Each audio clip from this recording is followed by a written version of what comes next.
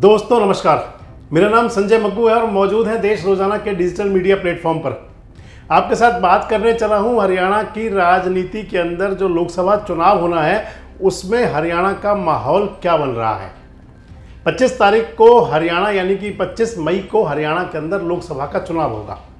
चुनाव आयोग ने कल जो तिथियां घोषित की हैं उसके हिसाब से 19 अप्रैल से हरियाणा में चुनाव कार्यक्रम शुरू होगा और 25 मई को छठवें चरण में हरियाणा की 10 की 10 लोकसभा सीटों पर वोटिंग होगी।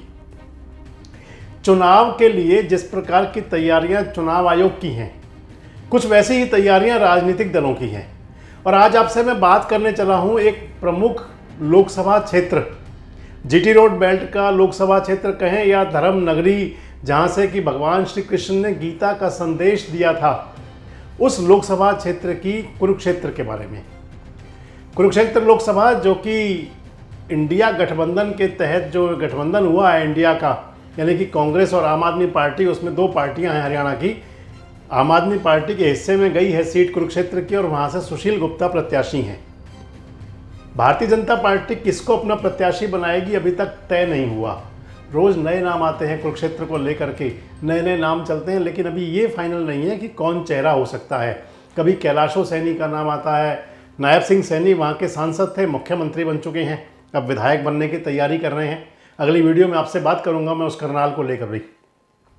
उसके अलावा अगर और नाम देखें तो कभी नवीन जिंदल का नाम आता है, कभी शालू जिंदल का नाम आता है, एक बार वहाँ पर भजन गायक कन्हैया मित्तल का नाम भी चला था। मतलब बीजेपी का भी तय नहीं है कि कौन प्रत्याशी होगा। लेकिन चुनावी गर्मी को बढ़ा दिया है, कुरुक्षेत्र को हॉट सीट बना दिया है अभय सिंह चौटाला ने। अभय सिंह चौटाला जिन्होंने वहां से चुनाव लड़ने का ऐलान कर दिया है, अभय सिंह चौटाला जिन्होंने कहा है कि इंडियन नेशनल लोकदल की जो 5 मेंबरीय टीम गई थी कुरुक्षेत्र में, वहां पर जनता भी और इनेलो के कार्यकर्ता भी चाहते हैं अभय सिंह चौटाला चुनाव लड़ें। वैसे आपको बता दूं, अभय सिंह चौटाला का कुरुक्षेत्र के लिए कोई नया मोह नहीं है। कुरुक्षेत्र के लिए अभय सिंह चौटाला या इंडियन नेशनल लोकदल की कोई अपनी पहली बार तैयारी नहीं है कि कुरुक्षेत्र को किसी प्रकार जीतें, कुरुक्षेत्र के रण में जाएं। 2004 के लोकसभा चुनाव में भी अभय सिंह चौटाला प्रत्याशी थे इंडियन नेशनल लोकदल के, कुरुक्षेत्र लोकसभा सीट पर दूसरे नंबर पर रहे थे। लगभग 25% वोट मिले थे और दूसरे नंबर पर चुनाव में रह करके हार गए थे उस चुनाव को। उसके बाद में वहाँ इंडियन नेशनल लोकदल से चुनाव एक बार लड़ने पहुँचे अशोक अरोड़ा, जो आजकल कांग्रेस में हैं, हरियाणा के परिवहन मंत्री भी रहे हैं और इंडियन नेशनल लोकदल के प्रदेश अध्यक्ष भी रहे हैं, हरियाणा के विधानसभा के अध्यक्ष भी रहे हैं। चुनाव वो भी हार गए थे, दूसरे नंबर पर रहे थे। और 2019 के चुनाव में चुनाव लड़ने पहुँचे थे वहाँ पर अर्जुन चौटाला, अभय सिंह चौटाला के बेटे। लगभग 60-62 हज़ार वोट उनको मिले थे, चुनाव हार गए थे उस चुनाव में। लेकिन अब 2019 की परिस्थितियों में और आज के हालात में बहुत फर्क है। 2019 के जो हालात थे वो हालात आज कुरुक्षेत्र के नहीं दिखते। मैं भी कुरुक्षेत्र था कल और वहाँ कई लोगों से, वहाँ के पत्रकारों से भी और वहाँ पर कई लोगों से मेरी बातचीत भी हुई। उस बातचीत का जो लब्बो-लुआब था वो ये था कि नायब सिंह सैनी जो अंबाला के मूल जिले के रहने वाले हैं और अंबाला मूल जिले के वो पहुंचे थे कुरुक्षेत्र लोकसभा का चुनाव लड़ने के लिए। कुरुक्षेत्र को मान ले तो वहां से ज्यादातर बाहर के नेता ही चुनाव लड़ते जीतते रहे हैं। है तो करनाल की स्थिति भी यही, और मैंने आपसे कहा है करनाल के बारे में अगली बार बात करनी है। लेकिन फिलहाल जो कुरुक्षेत्र की बात मैं आपसे कर रहा हूं कि कुरुक्षेत्र का मोह ऐसा है कि या ना तो प्रॉपर कुरुक्षेत्र विधानसभा के रहने वाले लोग और ना ही कुरुक्षेत्र जिले के लोग वहां से सांसद बनते रहे आसानी से। कैलाशो सैनी का एक विकल्प छोड़ दें, राजकुमार सैनी वहां से एक बार बने, मतलब ज्यादातर लोग बाहर के बन जाते हैं जाकर के। और अब जो तैयारी है कुरुक्षेत्र लोकसभा को लेकर के, और उसमें जो मैंने आपको बताया कि इंडियन नेशनल लोकदल की तरफ से ताल ठोकी अभय सिंह चौटाला ने, और जो मैं आपको बता रहा हूं कि 2019 वाली स्थिति आज नहीं है। कारण कि 2019 के अंदर एक बड़ा फैक्टर ये था कि इंडियन नेशनल लोकदल पूरी तरह कमजोर हो चुकी थी। पार्टी के 2 हिस्से हो गए थे, इनेलो एक थी और जेजेपी अलग थी।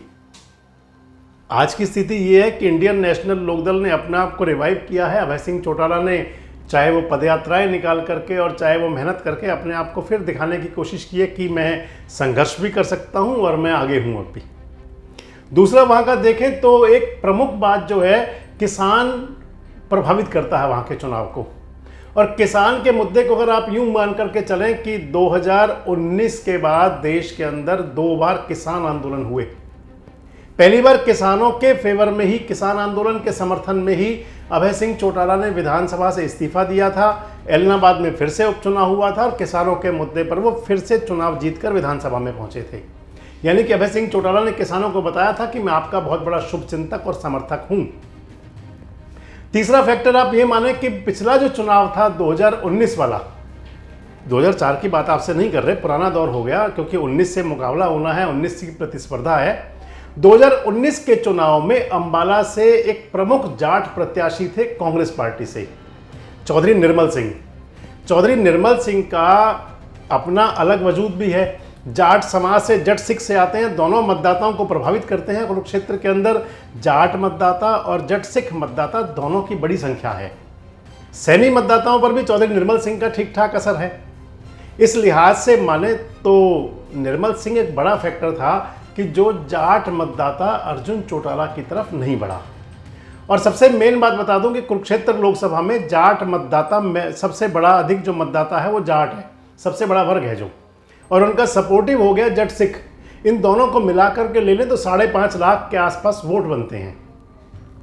लेकिन जो मैंने आपको बताया कि पिछले चुनाव का जो फैक्टर था वो एक बड़ा कारण था कि निर्मल सिंह चुनाव लड़ रहे थे कांग्रेस से और अभय सिंह चौटाला के बेटे अर्जुन चौटाला भी मैदान में थे।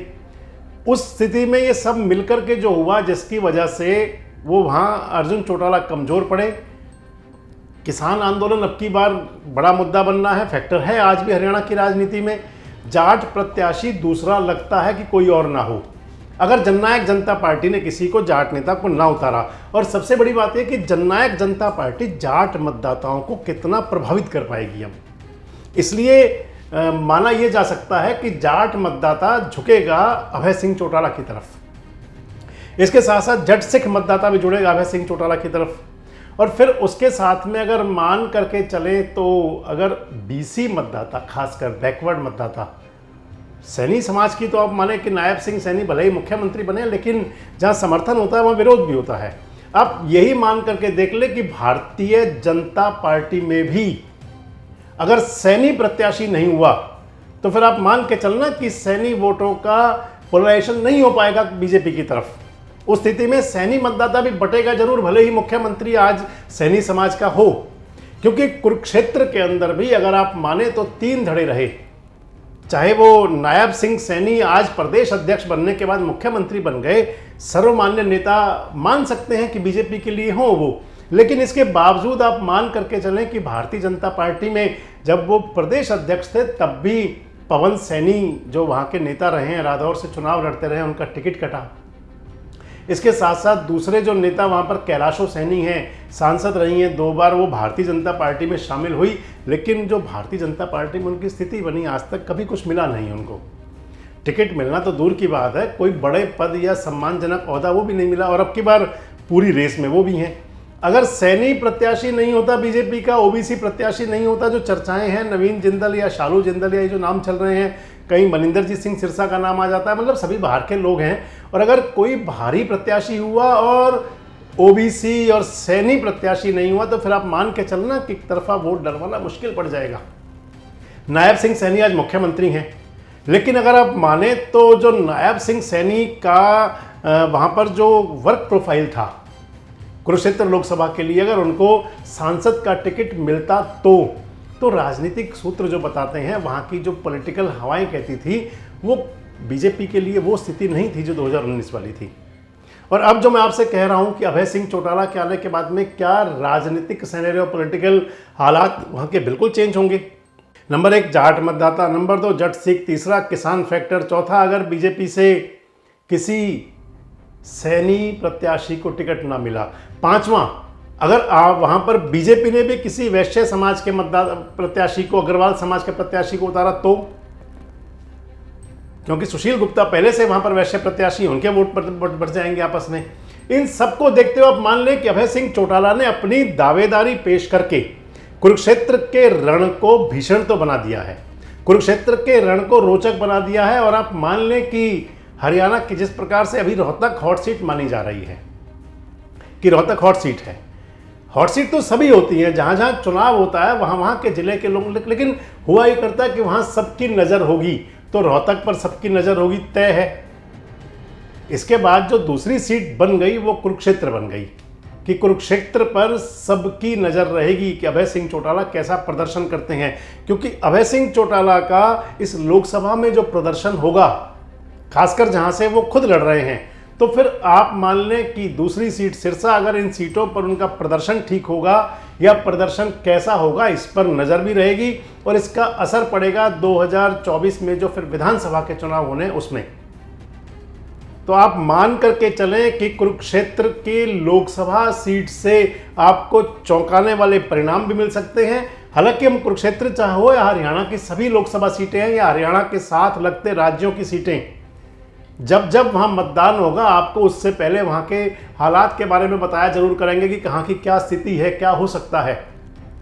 इस स्थिति में कुरुक्षेत्र भी हम आपको बताएंगे कि वहाँ क्या होगा, लेकिन ये जरूर मान करके चलें कि अभय सिंह चौटाला ने अपनी दावेदारी पेश करके ये बताकर कि वो चुनाव लड़ेंगे कुरुक्षेत्र से, वहाँ के रण को बहुत रोचक बना दिया है और उस रण पर, कुरुक्षेत्र के रण पर सभी की निगाहें रहेंगी। आपको क्या लगता है कि क्या अभय सिंह चौटाला कुरुक्षेत्र में कोई अच्छा प्रदर्शन कर सकते हैं?